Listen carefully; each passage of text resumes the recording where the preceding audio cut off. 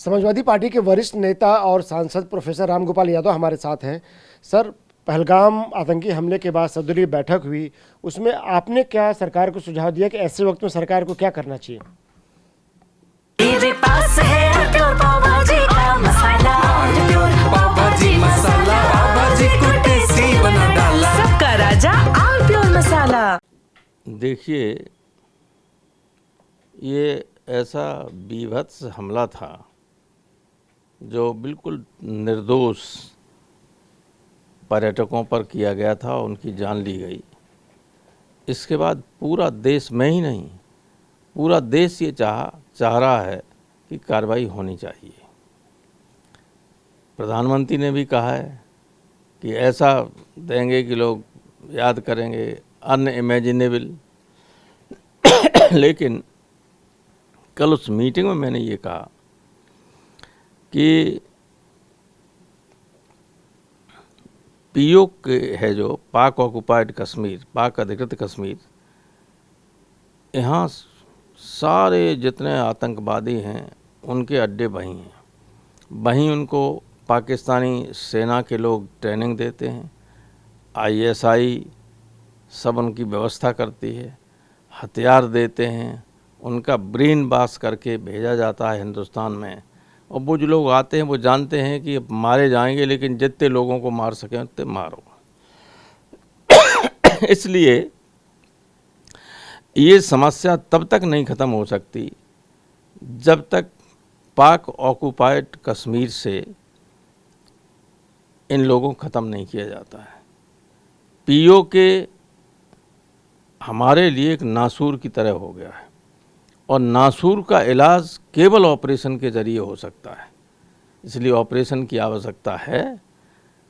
PO के हिंदुस्तान का है, पाकिस्तान के कब्जे में है, उसको वापस लेने के लिए और इनको दंडित करने के लिए हमें पीओके में जाना पड़ेगा, उस पर कब्जा करना पड़ेगा। एक बार हम लोग पीओके में घुस चुके हैं, वहाँ पे सर्जिकल स्ट्राइक कर चुके हैं। आपको लगता है इस बार आसान होगा, क्योंकि तैयारी उधर से भी होगी, उनको भी पता होगा कि इस बार भी कोशिश हो सकती है भारत की तरफ से? देखिए, सर्जिकल स्ट्राइक कोई बहुत प्रभावी चीज़ नहीं थी। रात में जाके स्ट्राइक कर रहा है, ठीक है, लेकिन पाकिस्तान ने कहा कुछ नहीं हुआ। स्ट्राइक तो जब तक आर्मी घुस के कुछ नहीं करती है तब तक कुछ नहीं होगा। आप कहने एक जगह स्ट्राइक कर दिया, उन्होंने दूसरे का अपना कैंप लगा लिया, उस पर हमें हमारी आर्मी वहाँ घुस के जाए और वापस ना आए। युद्ध जब होता है तो हमेशा सीमाएं नहीं बनती हैं, सीमा रेखाएं, वही करना पड़ेगा। वरना आप रोज़ाना अपनी सब इंटेलिजेंस लगाए रखिएगा, ऐसी सीमा है, ऐसे जंगल हैं, नाले हैं, जहाँ से होके लोग निकलते ही आएंगे, और 2-4 भी आएंगे तो 10, 20, 50 को मार के चले जाएंगे, आप मर जाएंगे। इसलिए हल केवल यही है, अड्डे समाप्त करिए घुस के। प्रधानमंत्री ने तो कई बार कहा घुस के मारेंगे, तो घुस के मारो। कल की बैठक में आप लोगों ने सरकार का साथ दिया, कहा कि हर जवाबी कार्रवाई के लिए पूरा विपक्ष साथ में है। तो आपको लगता है सरकार कुछ कदम उठाएगी, बड़ा कदम उठाएगी? जो भी कदम उठाएगी सरकार, सारा विपक्ष उनके साथ है, कोई इफ एंड बट किसी ने नहीं की। हाँ, ये ज़रूर कहा लोगों ने, और लगा भी कि सिक्योरिटी में चूक तो हुई है। बिना चूक के हो नहीं सकता था, क्योंकि वो सबसे पसंदीदा जगह है हमारे टूरिस्ट की, सबसे पसंद है, हिंदुस्तान की सबसे खूबसूरत जगह है। घने जंगल हैं और बीच में जो घाटी है वो बहुत ही बढ़िया है। लोग जाते हैं, आते हैं, हमेशा आते रहे, आज तक कभी कुछ नहीं हुआ। और जो जाने वाले हैं पहले वो कहते हैं कि वहाँ हमेशा जो है जब जाते थे तो फोर्स तो रहती ही थी, लेकिन अब की बार तो आधे घंटे तक वो गोलियां चलाते रहे, कोई पहुंचा ही नहीं। भाई सबके पास फ़ोन थे, कहीं से कहीं से सूचनाएं हो गई, तो हेलीकॉप्टर उड़ के तो जा ही सकता था, 5 मिनट क्यों नहीं लगती? सब हैं वहाँ, सबके पास हैं।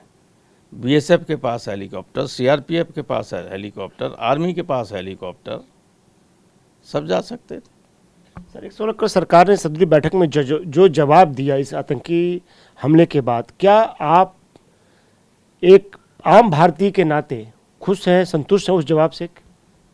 नहीं, उन्होंने ये कहा कि 20 तारीख के बाद ये प्रोटोकॉल था कि जो जाएगा वो पुलिस और सेना को सूचित करेगा, तो पुलिस और सेना उनके उसमें जाएगी। और ये 22 तारीख को हो गया है। जिस एजेंसी ने भेजा था उन्हें, उसने इसकी जानकारी पुलिस या सेना को नहीं दी।